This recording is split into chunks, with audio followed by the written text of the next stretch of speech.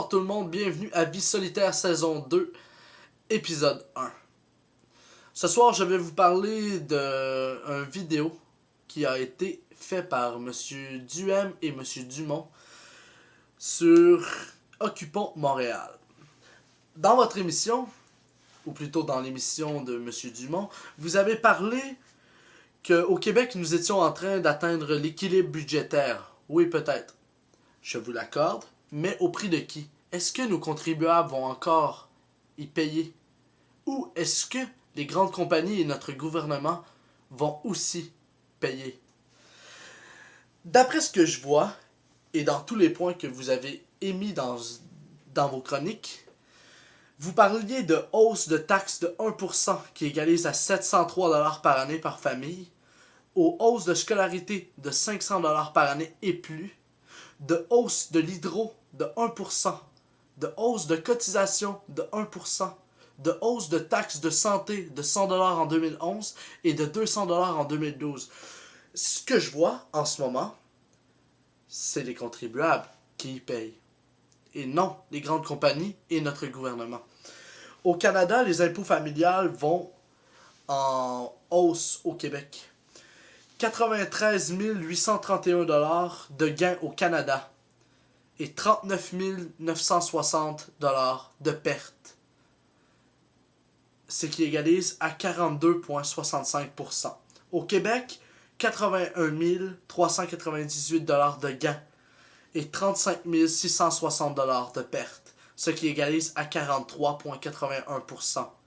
La différence est de 12 443$ qu'au Québec, nous payons de moins, en fait, que nous gagnons de moins, et notre perte est de 4 300$ de différence, ce qui donne un pourcentage de 1,16% de plus au Québec. Alors, nous gagnons moins au Québec, mais payons plus. Si je vois ça comme ça, M. Duhem, oui, peut-être que l'équilibre budgétaire est en train de s'égaliser, mais nous allons y payer de nos poches, les contribuables, et non les grandes compagnies, comme je vous dis. Vous avez parlé aussi, pas vous nécessairement, mais il y a eu la commission Bastarache, les frais d'avocat de M. Charest. En 1200 heures, il a 265 000$. Et Marc Bellemare, 530 heures, 119 000$. Les contribuables vont encore y payer près d'1 million de dollars encore. Ok. Et en parlant de la commission Bastarache ou d'autres choses, vous parliez qu'il monopolisait des parcs et des lieux publics qui ne leur appartenaient pas. Mais notre gouvernement et M. Charest prend aussi de l'argent aux contribuables qui ne leur appartiennent pas. Alors, entre ces deux points, chers téléspectateurs, qu'est-ce que vous aimez mieux? Se faire prendre des parcs pour des revendications ou de l'argent pour nier les gaffes payant les avocats et les frais? Vous dites, et je dis qu'ils prennent la nourriture des banques alimentaires. Ce qui est faux. Occupons Montréal reçoivent environ 20 000 dons par jour.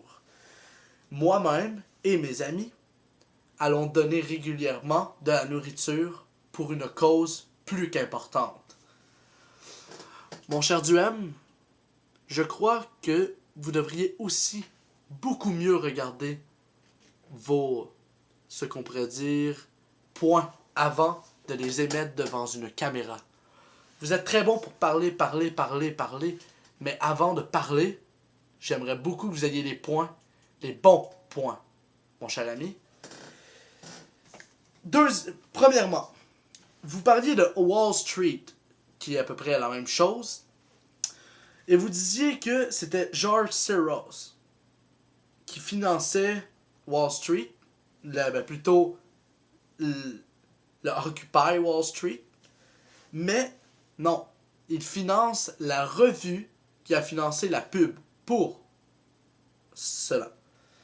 Deuxièmement, comme Richard Martineau l'a dit, ce n'est pas parce qu'on est millionnaire qu'on ne peut pas en avoir assez ou d'être scandalisé par le capitalisme spéculatif. Troisièmement, M. Dumont dit, et je dicte, ces personnes-là ne savent pas pourquoi ils manifestent.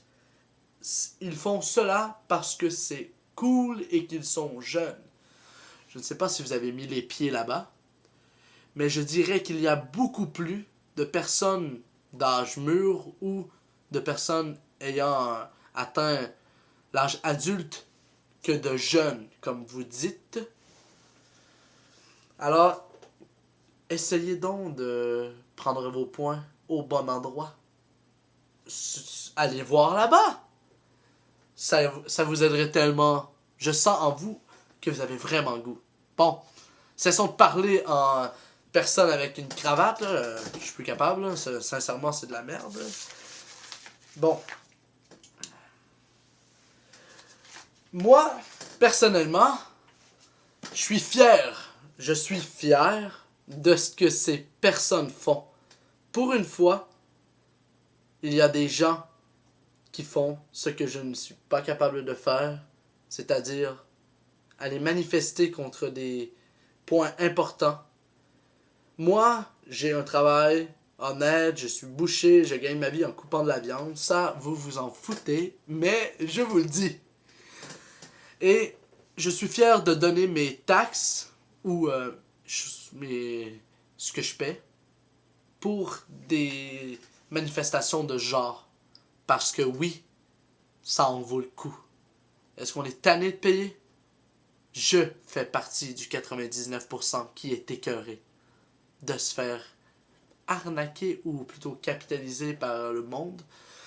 Alors, mes chers amis, si vous faites partie du 99%, ne vous gênez pas pour y aller faire au moins un tour. Une seule fois. C'est quoi 20 minutes dans votre vie? Est-ce que ça va changer vraiment quelque chose? Peut-être même que vous pourriez même vous plaire là-bas. Vous plaire, je dis bien. Et vous aussi, Monsieur Duhem, allez donc voir. Peut-être que ça vous donnera un petit coup de cœur. Et qu'un peu d'humanité reviendra en vous. Et merci. Et bonne journée.